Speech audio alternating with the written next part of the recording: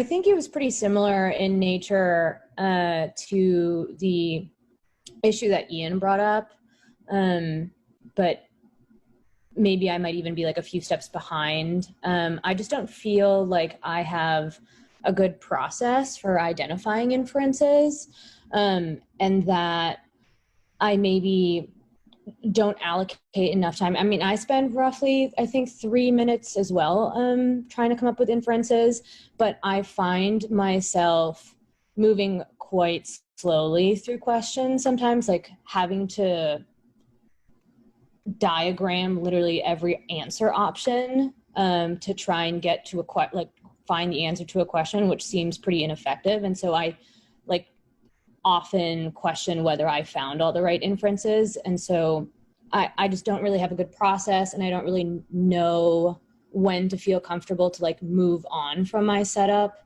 and start tackling the questions. So yeah, pretty similar in nature to what Ian was talking about. And how long have you been studying for? Probably about 2 months, but varying in intensity. But how many games? How many games have you done? I have definitely lost count. I've focused mostly on logic games during the past 2 months, though.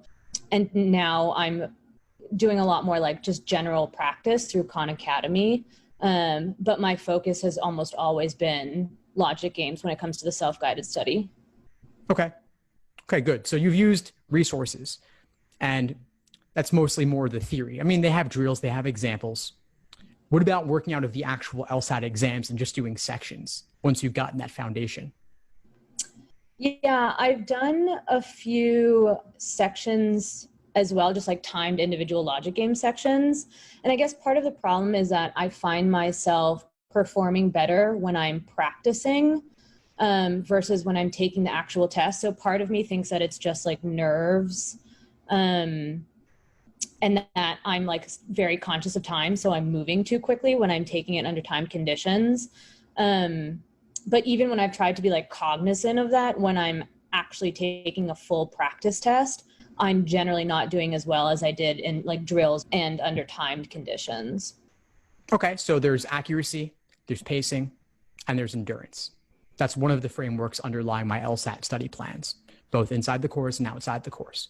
And so it sounds like accuracy is good when it's individual sections or individual games, and it's outside of the context of a full timed exam.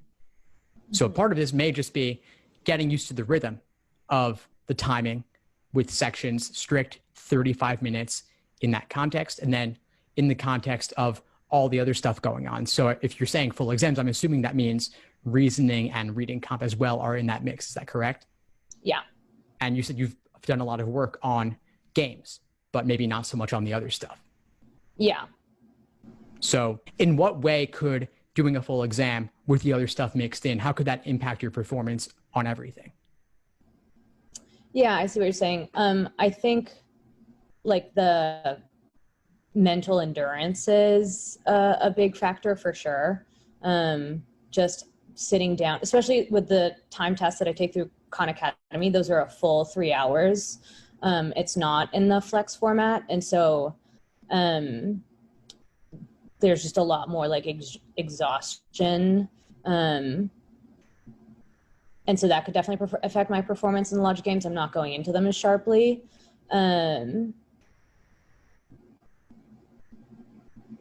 Yeah, and maybe just general anxiety about the other sections as well might be impacting my performance in the logic games.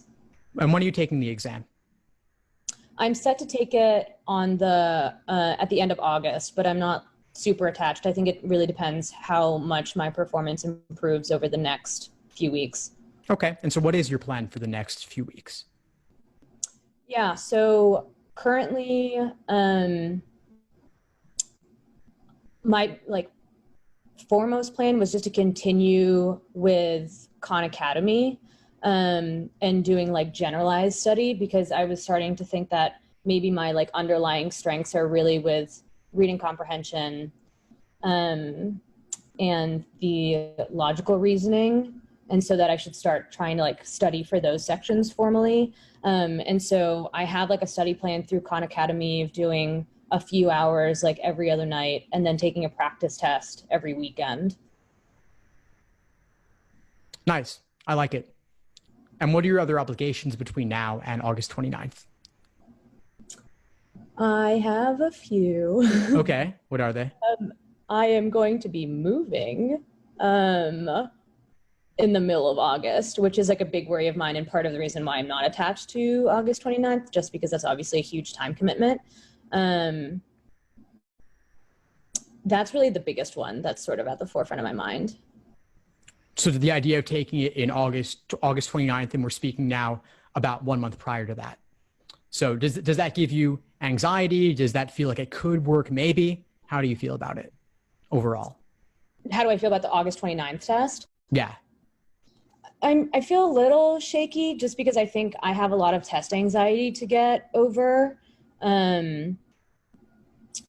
So like this is diving into other things, but I generally like am not performing as well in in reading comprehension and the logical reasoning as well as I did like at the beginning when I started studying or when I took my first diagnostic even.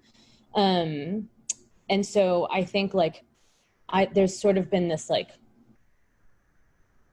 I don't know, counter effect to like studying where like the more I see the issues that I encounter, the more I sort of like self-fulfill. And so I think again, like it'll be really important to see how I perform on the next like couple practice tests I take, like the full practice test, to see if I can sort of overcome some of that test taking anxiety.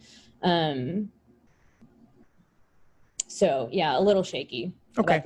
Okay, I think that's a reasonable approach. I want to play a game with you for a second. Let's pretend one of two things. Let's pretend that you're not currently registered for August 29th. Mm-hmm. Would you register for it today? Oh gosh, that's a good question. I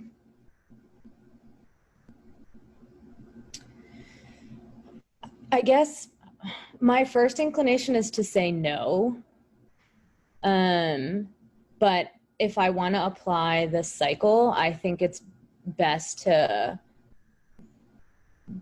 take the test in August and see what my score would look like, which I guess is why I would probably register anyways, even though I don't think it's like the best course of action, if that makes sense. Yeah, I hear that. And I'll give my answer on that in a moment, just from a practical perspective as to what I know about admissions. But before I do that, I want to play a different game with you. Let's pretend that the August 29th LSAT was canceled completely, not even a flex. It's just off the menu. The next available LSAT is October 3rd. How do you feel about that? Admissions considerations and timeline aside, I'll get to that in a moment. Okay. That would be great if I could just take it in August. Yeah. Do you mean August or do you mean October? Oh, sorry, I mean October. Okay.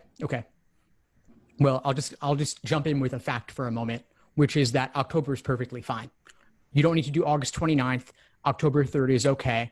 Yes, all else being equal, applying marginally earlier is a tiny bit better. But if it's giving you anxiety to take it a month from now, and you believe that you could do even just a couple points better by doing October 3rd, it's totally fine. Even November would be okay. January becomes a little bit iffy, but October and November are totally fine. Do you think, sorry, I don't mean to command time. No, that's okay. That's okay.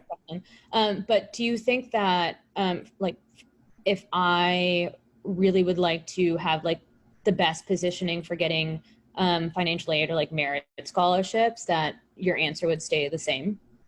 Correct. Yes. October and November are still perfectly fine for merit aid, for scholarships. Yes, it's true that as time goes on, it becomes a little bit less available. It does work against you slightly, but again, if you can get even just a couple points more, totally worth it.